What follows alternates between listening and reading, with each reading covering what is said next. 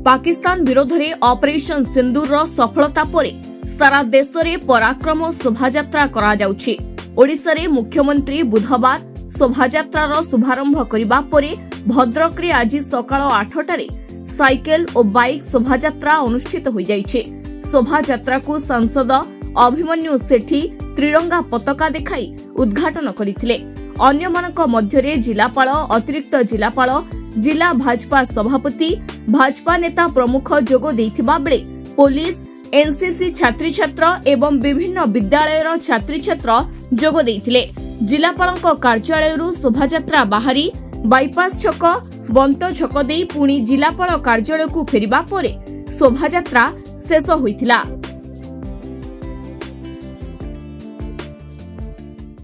पराक्रम प्रदर्शन निश्चित भाव में सारा देश को गर्वित करने सहित देशवासी को गर्वित करने सहित सारा विश्व को आज चकित करछि। भारत उपर जदि कहीं आक्रमण करे किंबा आतंकवादी कार्यकलाप करे भारत तार किपरि भाव में कड़ा जवाब देव ताहा देशर जवान माने देखैछंती।